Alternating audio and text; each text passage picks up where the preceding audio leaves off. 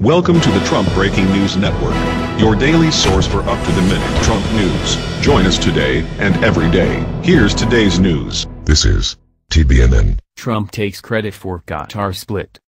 By Rebecca Keel. President Trump on Tuesday took credit for four Arab countries' decision to cut ties with Qatar, suggesting his recent trip to the region was the impetus for their decision. "During my recent trip to the Middle East I stated that there can no longer be funding of radical ideology. Leaders pointed to Qatar, look," he tweeted Tuesday. "So good to see the Saudi Arabia visit with the king and 50 countries already paying off. They said they would take a hard line on funding extremism, and all reference was pointing to Qatar. Perhaps this will be the beginning of the end to the horror of terrorism," he continued.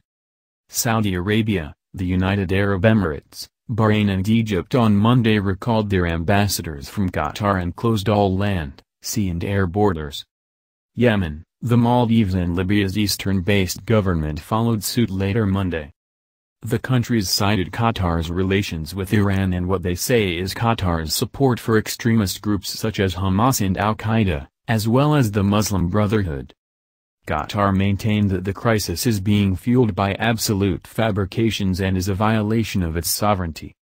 The U.S. has a massive air base in Qatar's capital of Doha, which hosts as many as 10,000 U.S. military personnel.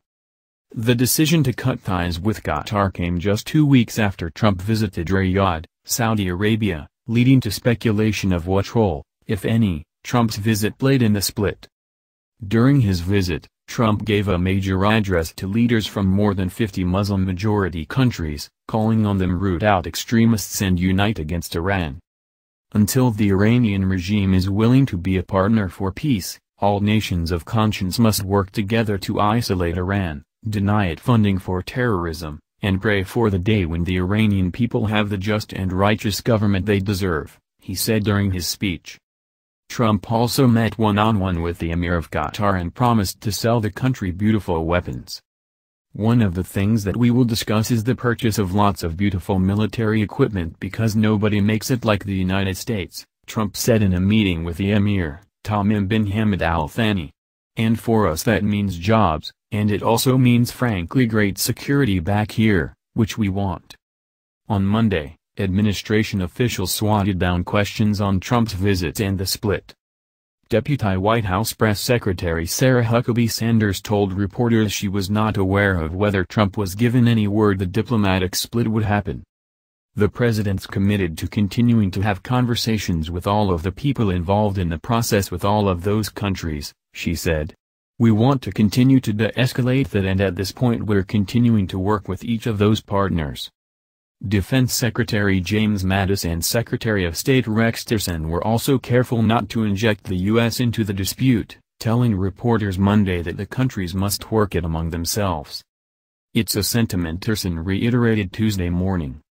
"As I said yesterday, we are hopeful that the parties can resolve this through dialogue, and we encourage that they do sit together and find a way to resolve whatever the differences are that have led to this decision," he said during a press conference in New Zealand. Trump throwing his support behind Saudi Arabia, the United Arab Emirates, Bahrain and Egypt could further inflame regional tensions and appears to favor those allies over ally Qatar. It's unclear what Trump's goal in taking credit for the split is. The United States has about 8,000 to 10,000 troops at United Air Base in Doha, Qatar's capital. The base is the United States' largest in the Middle East, the forward headquarters of Central Command and the staging area for much of the war against the Islamic State in Iraq and Syria, ISIS.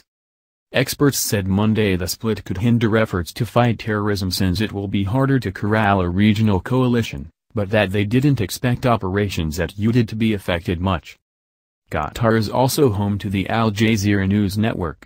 The countries that split with Qatar have taken issue in the past with Al Jazeera's coverage, leading to some speculation that they may demand the network be shut down in turn for restoring relations. That's the news. Join us here every day. Be sure to subscribe and click the bell. See you next time. This is TBNN.